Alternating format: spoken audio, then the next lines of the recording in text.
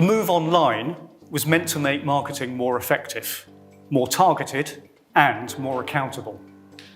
In reality, the opposite has happened.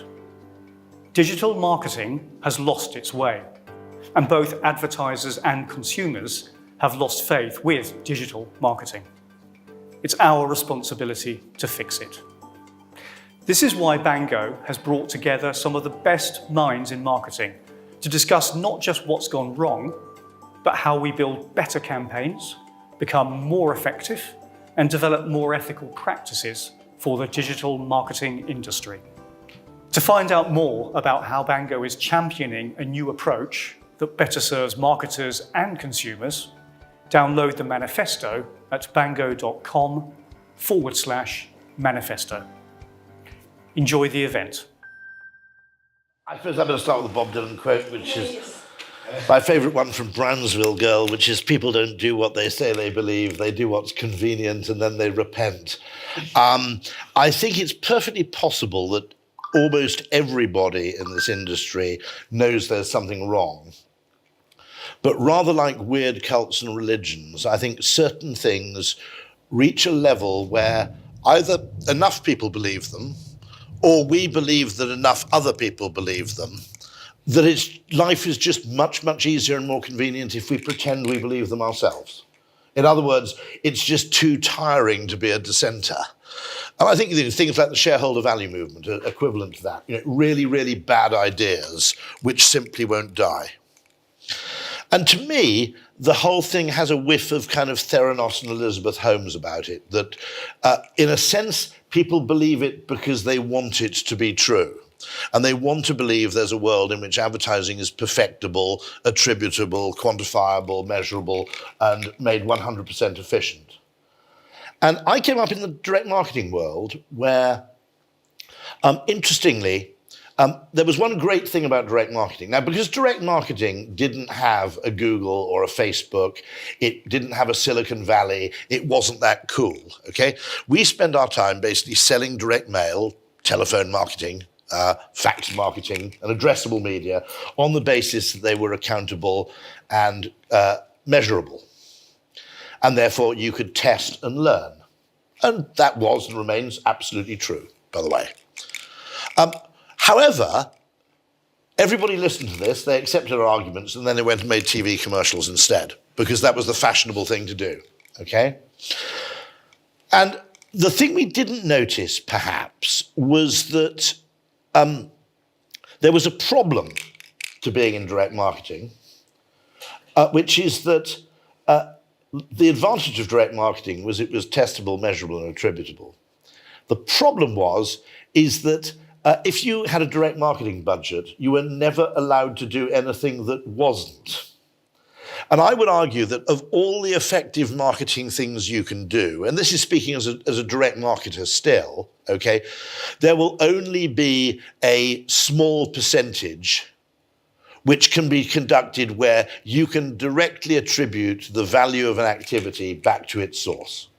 In particular, if you're obsessed with attribution and the reliability of attribution, everything you do will be very short-termist, for the simple reason that the data on long-term activities just takes longer to appear and nobody can be bothered to wait. And in the interim, lots of other things have happened which then cloud the data. Okay, so one of the problems in direct marketing was you could never actually say, if you said something like, let's send our best customers a Christmas card, to give a fatuous idea, it might have been a very, very good idea, a very good thing to do, but nobody would ever let you do it because it would take you 5 years to work out whether there was actually a return on this investment. Now, my contention is that large parts of brand value will always be at the level of pure probabilistic, if you are famous, it is better than if you're not. The value of fame will always manifest itself, for example, in things like if your chief executive rings someone up, they return the call, okay?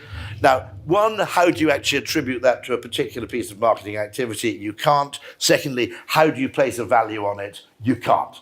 If you're a great brand, you can hire great people for less money and they'll stay with you longer, okay? How do you attribute a value to that? There are huge forms of value to brand building and brand advertising, which you can't dissect and actually effectively separate down, distill down into individual parts. Okay. And the kind of urge to believe that you can has driven, I think, a kind of insanity. In that two very strange things have happened, I think. One of which is that because of this question of the obsession with attribution, marketing focus has become very short-termist. My argument is that the greatest form of marketing is to get people who weren't planning to buy your product to pay full price for it, okay? And the feeblest form of marketing is to get people who are going to buy your product anyway to buy it a bit sooner at a discount, okay? And I think a large amount of digital marketing is heavily focused on the latter rather than on the former. There's an old joke about this, by the way. A pizza restaurant gives all their waiters 20% off vouchers and tells them to go and hand these out in the streets to drive traffic to the pizza restaurant. And at the end of the day, they get the people back in and they look at the conversion rate that each has achieved. And it's sort of 20%, 25%, 30%, 10%, etc. And then the final guy comes up, 100% conversion. Everybody he's given the voucher to has actually converted into a customer of the pizza shop. And they go, God, you're some sort of sales genius. And he goes, actually, not really. He said, I just waited until there was a queue outside the store and I gave everybody 20% off. Okay? Very often the metrics we're using are dangerously bad. Secondly, purely anecdotally and from my own experience, an advertising system which is working at the collective level, at the level of an overall system, as opposed to an individual brand's interest, would create a world in which, roughly speaking, the ads I'm exposed to are in some way proportionate to where the contents of my wallet go. I don't see that at all. I see, for example, people who sell online only and direct, or advertisers in very, very high margin products, seem to follow me around the web for months, whereas I never see a single ad from Procter & Gamble or Unilever, okay, on whose products I must spend, 100 quid a month or so. Okay, so the products which I see advertised are insanely disproportionate in the emphasis given to high margin products which are sold directly, not through intermediaries, and where the sales are therefore attributable, where things sold through intermediaries, which are lower margin, more frequently bought products, you barely see at all, okay? So there is a whole world of what I'm exposed to in advertising, where in the world of press and television, there was some sort of commensurability between what I saw and what I bought. And here I have a world where if I go and buy anything particularly weird, because the purchase of this particular category is so unusual, you will be absolutely blitzed with advertisements for it. Whereas if you buy something comparatively normal, okay, because this marks you out much less as an exciting and rare prospect, you'll see advertising for it all the bloody time. But here's the weirdest thing of all, okay? And it only occurred to me a couple of days ago. When there are two parts to digital marketing, there's the targeting of it and there's the digital delivery, okay? And independently, they both look very attractive because the targeting means you only reach the people who you need to reach, in theory, okay? You can narrow down your targeting very precisely so that everybody you're talking to is effectively a reliable prospect for what you have to sell. That's good. Okay. And there's the second thing, which is that when you reach those people, you reach them very, very cheaply indeed. Actually, in combination, those two things are done. The point of direct marketing was to narrow down your target audience to such a small number of people that you could afford to do a very high impact communication to them.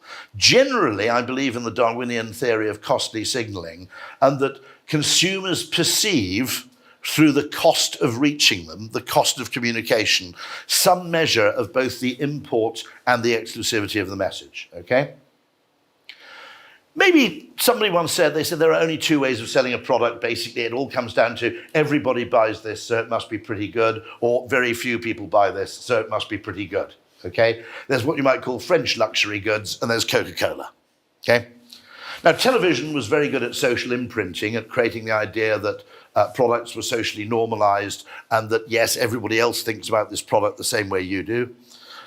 Direct mail, for example, was very good at selling American Express platinum cards and things which very few people had. Quite frankly, the American Express card is not for everyone.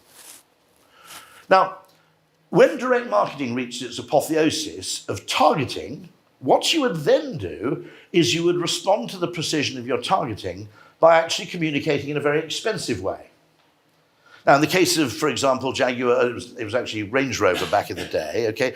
They knew so well who their prospects were for buying a car, they offered them a kind of 4-day test drive where, provided you could provide your own insurance, you could take a Range Rover away for 4 days and try it out. It sold an insane number of cars. And you could afford to do that precisely because your targeting was good, okay? At the other extreme, if you don't know who your prospects are, and in many cases, of course, your prospects will always be impossible to identify, and many people are kind of repertoire buyers anyway, and a large part of advertising is probabilistic. In other words, you don't do it because you know, you do it to maximize your surface area exposure to upside opportunity by being famous, okay? So that, rather than trying to know who your customers are, your customers know who you are and will therefore come to you if they need you, okay? Perfectly reasonable way of doing things. Okay? TV is really, really good at that. What you have here is actually a stupid combination where you narrow down very precisely who you're talking to and then reach them in the lowest impact, lowest conversion form of communication there is. Now, I know a lot of people don't like direct mail, but I've had a 100% response rate from direct mail in the past once or twice. It's not uncommon to get 5, 6, 7% response rate if you get your targeting absolutely right, because it's a high impact, high cost, patently a form of communication where you're only communicating to a select group of people and you make them feel special, okay? That's the point of targeting. It's to be able to afford to actually communicate to people, whether by telephone or by post, in a way that says, offers them something that you can only offer to a small number of people.